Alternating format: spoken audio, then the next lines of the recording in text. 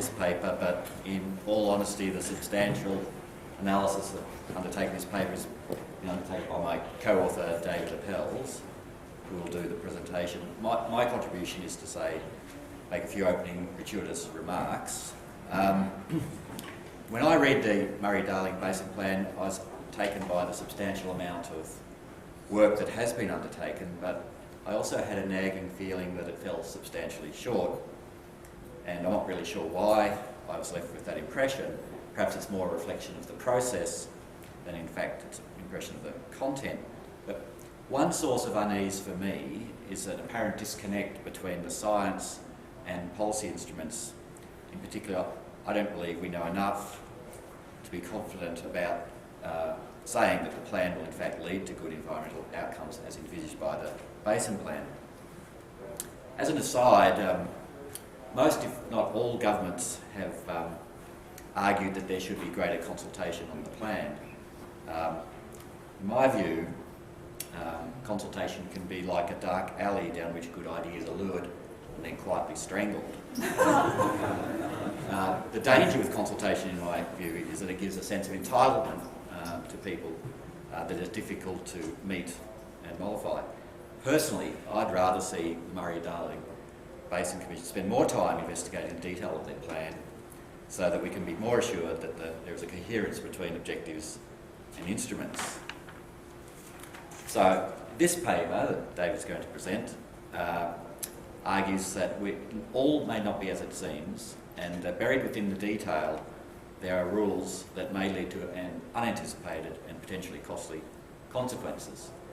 This is actually a very heavily graphic presentation, and I'm going to watch with great interest and hope that it works as anticipated.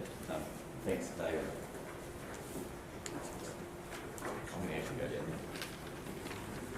For many of you who have been attending the series of water sessions throughout here, you might have seen Jeff Connor do a fantastic job of performing with slides that didn't work. I don't trust my ability to do that, so everyone cross their fingers, here we go. A working title that we had for this paper could have been Our Guide to Their Guide, or The Devil's in the Detail, but what I'm going to talk to you today is about I guess our personal understanding of some of the intricacies of the Basin Plan and some of the trade-offs that we need to take into account if we're ultimately going to make an assessment on the economic impact of the Basin Plan to really get the balance right. And the emergent theme is that we've made some progress. ABARE especially started the journey on economic analysis of the Basin Plan, but I think there's lots of different avenues we need to consider going forward. Very quickly, if you care about the MDB and you're at a session called MDB Emergent Issues, I assume you know a bit about it, so interrupt me if I gloss over anything catastrophic. But we're just going to give you a tiny background on the Basin Plan, a little bit about water sharing and environmental water arrangements that currently exist, and what is then moving on to what is proposed under the Basin Plan, and looking forward in terms of the research topics in order to better capture what it all means for water users, environmental, urban, irrigation and others. So very quickly, Guide to the Basin Plan was released last year, ultimately moving more water to the environment and reducing the water available for consumptive use. The sheer volume of information that was released makes it hard to scratch the surface in the mere months that have passed since then. But one of the big numbers is that there was about 26% of current diversion limits, so how much is used by ag, urban, interception, the whole suite. 26 less was going to be available for diversion and was going to be reallocated to the environment. Environmental demands were to be pursued through trying to seek out minimum flows, and particularly, which got a lot of press, was keeping the Murray Mouth open. And there's also a call, as Anna just showed you, about for small and large flood events. So different ends of the spectrum, different characteristics of environmental demand. Implementation of the Basin Plan, which I'll be focusing on the detail of a little bit, is through the accreditation of state water resource plans. So the MDBA has the plan, the environmental water holder buys the water, but it's up to the states to make it all work. So that's put Victoria, New South Wales, Queensland and South Australian governments really caring about the detail within this plan, because they're the ones who have to implement it.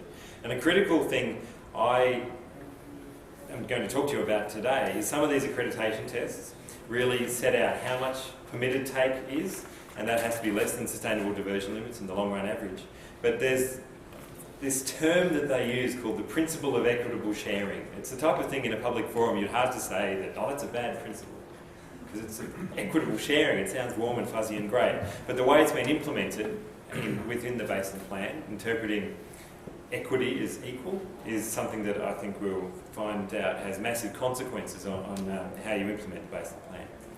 Government has, just before the election, the Commonwealth made assurances that we were going to buy back the water to meet these SDLs.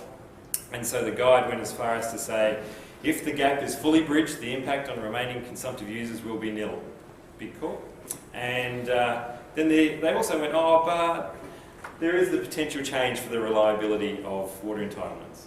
And if you're an irrigator and you're told, oh, there's no effect on you, but you'll get less water in a drought and a bit more in a wet year, you probably would feel that that reliability is quite important to you, and you are getting negatively affected. In general, we would make, as economists, we would endorse the principle of buyback as a bit of a voluntary exchange. Willing sellers, even if the banks are on their back, is a good mechanism for doing some of this compensation.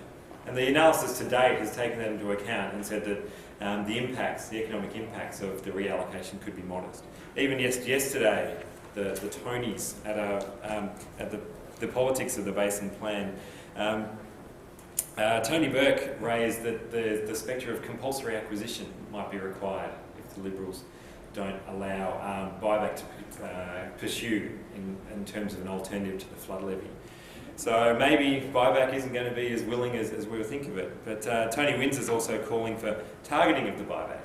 And we all know that there's a classical economic problem, that there's hold-up problems when you try and target buyback from willing sellers. Then they go, well, give us more money. So I think some of these issues still need to be thought out of before we roll them out. And I just wanted to take one aside to say that buyback sits within a range of approaches in terms of water planning, which is you change the amount of water people get through their entitlements with no compensation.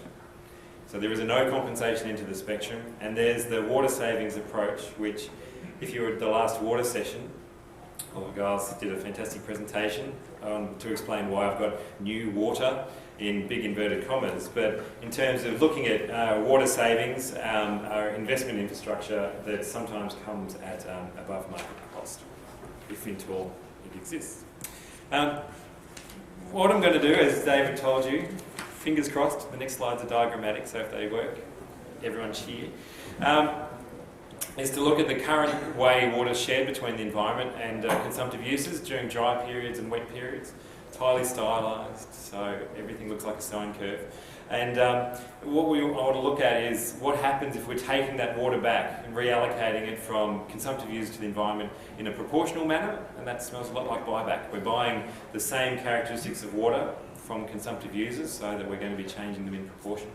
Maybe if we took an absolute volumetric quantity, or what if we went to some crazy extreme which says we're going to take more water to the environment in a dry year?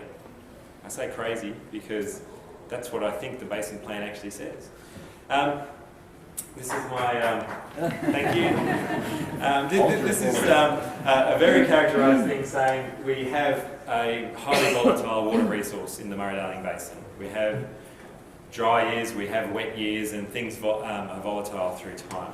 At the moment, again, clap please, we have water for the environment is the blue section, and water for consumption is the brown, I hope. Critically, there's more variability within the environmental portion. So you can see that the environment gets squeezed in the dry part, in the dry period under current water arrangements, and consumption is kind of shielded from the volatility to some degree. And that represents some of the key things that led to the implementation of the BASIN plan to try and correct these situations where the environment's left high and dry and the Murray mouth closes for a decade. So what I've got on here is having a look at the long run average. It's a nice simple line through the sine curves, that's why I made nice pretty curves.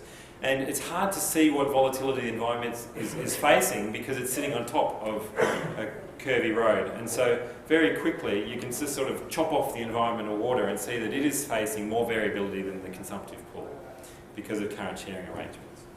So if we were to go under a buybacky proportional reduction approach, it's hard to see, but there's slightly smaller reductions in a dry period and slightly larger reductions in a wet period. This is because if you buy a conventional entitlement, you get 100% in an average or wet year, and you're only getting a reduced allocation in those dry periods. And that's any high reliability, general reliability product. It just, the discrete gaps will change. If instead we were going to go to a volumetric reduction, again, it's hard to see because they're small, but we've got exactly the same volume being reallocated between a wet period and a dry period. So critically, we're meeting the same long-range change to water for the environment, but it's critically different on how you choose to meet that average. If you went even further, you could say, well, let's take a lot more water from the environment for the environment in dry years.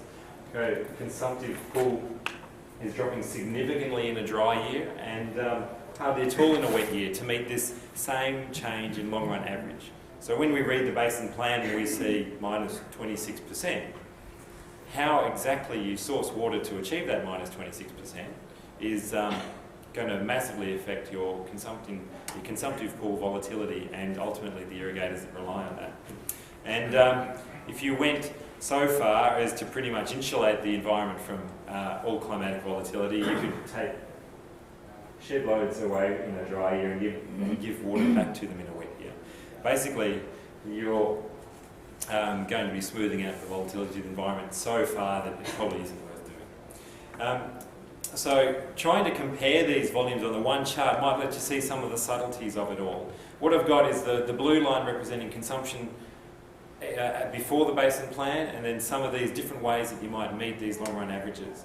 Just going through them, this was the buyback-ish proportional reduction, more volatility for the consumptive uses as we go to the volumetric reduction, even further volatility as we go to a bit more water for the environment in dry years, and then this extreme case that I just wanted to put as an endpoint.